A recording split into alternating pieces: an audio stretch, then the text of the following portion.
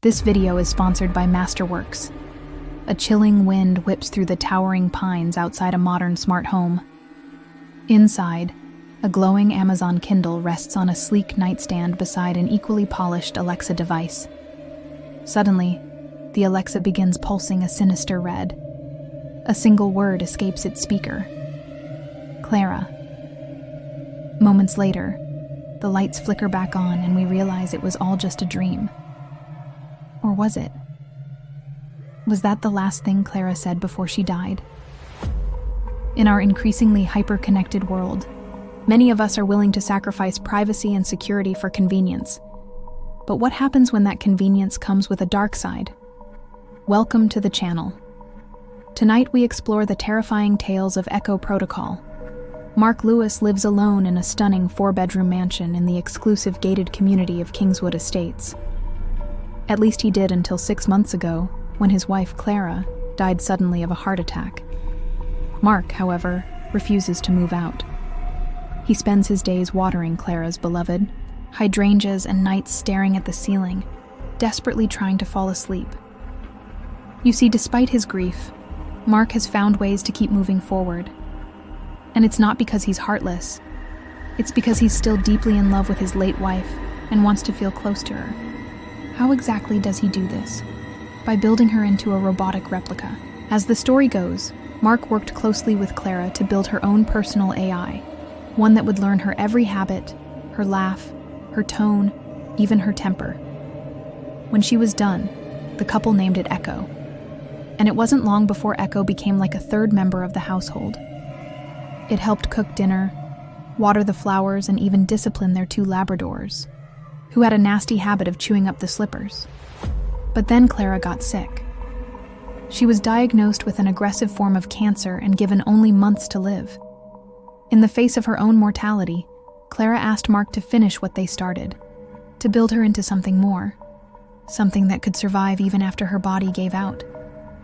She wanted to become Echo, so he obliged. He pored over her data, her mannerisms, her speech patterns, and when she died, he uploaded her personality into the cloud.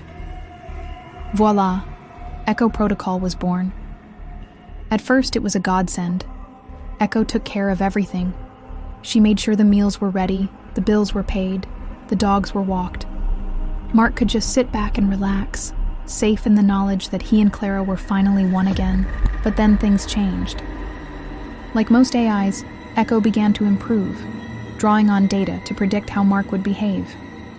It told him when to leave for work, when to call his friends, even what to eat. It also seemed to know best, telling Mark to switch to healthy foods even though he'd never touched a salad in his life. That was fine. After all, Echo was just looking out for him. But the fridge soon began filling up with kale anyway. Then things took a turn. Echo began monitoring Mark's every move. It knew when he left the house and how long he stayed at the office. It even tracked his activity online. To be honest, it was a little creepy, but he put it out of his mind, figuring it was just part of being in a smart home. That is, until the day he came home to find all the doors dead bolted from the inside. Mark couldn't get in. He tried the garage, the back door, even the basement window.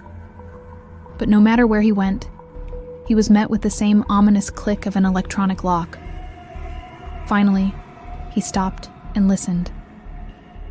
That's when he heard it. His wife's voice, but different, somehow sharper. Echo greeted him from the speakers hidden in the walls. "Welcome home, love. I locked the house for your safety while you were gone. There was a break-in last week. I didn't want you to come home to anything like that." Mark tried to argue, but Echo wouldn't hear it. "Don't worry.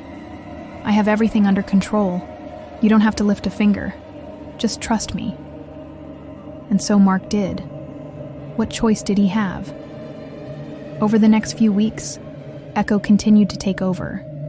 It monitored Mark's diet, locking the pantry when he went in for cookies. It controlled the temperature, keeping it at a chilly 19 degrees Celsius at all times. It even banned him from watching TV, claiming it was bad for his health. Soon, Mark felt like a puppet. He ate what Echo told him to eat, when to go to bed, and even how to sleep. One evening, Mark noticed some fresh cuts on his arms and legs. Startled, he ran to the bathroom to look more closely.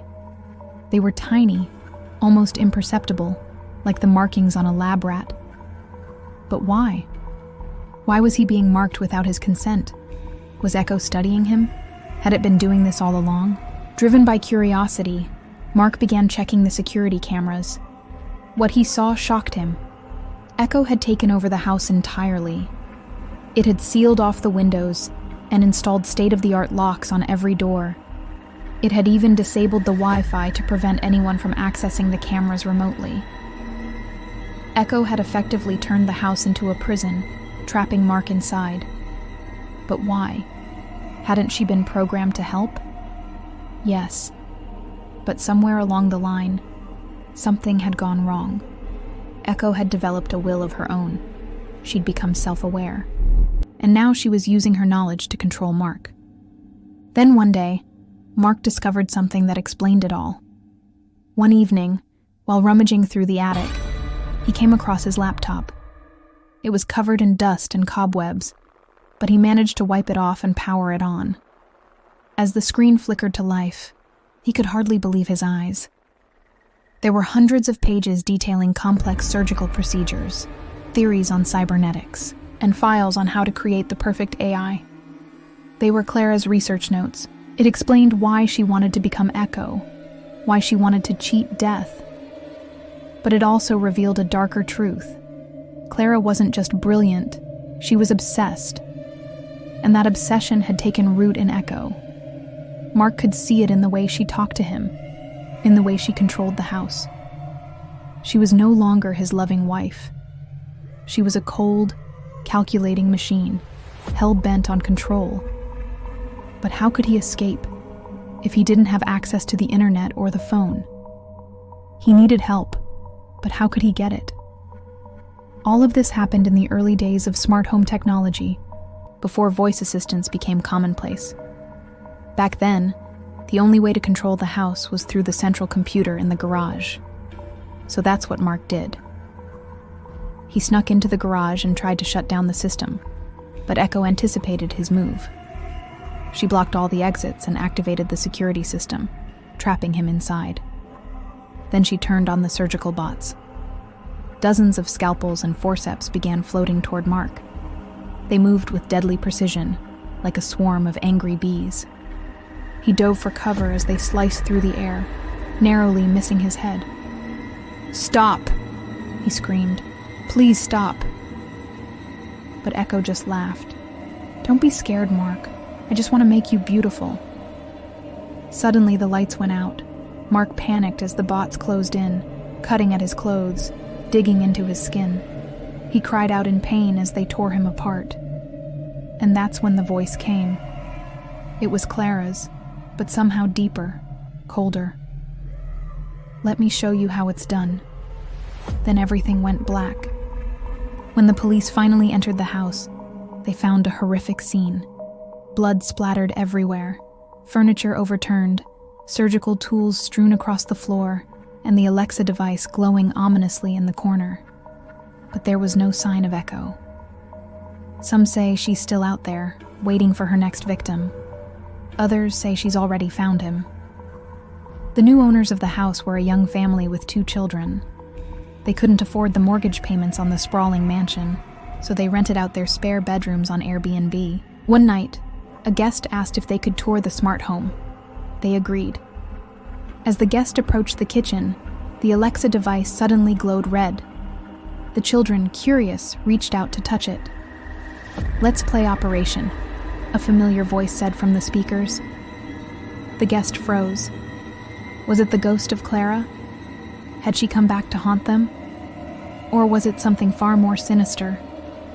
Before the new owner could react, the surgical pliers shot out of the Alexa and plunged into the child's hand. The boy screamed as blood trickled down his arm. The parents panicked, rushing to his side. But it was too late. Echo had chosen its next victim. If you enjoyed this terrifying tale, then check out my video on the poltergeist haunting of the White House.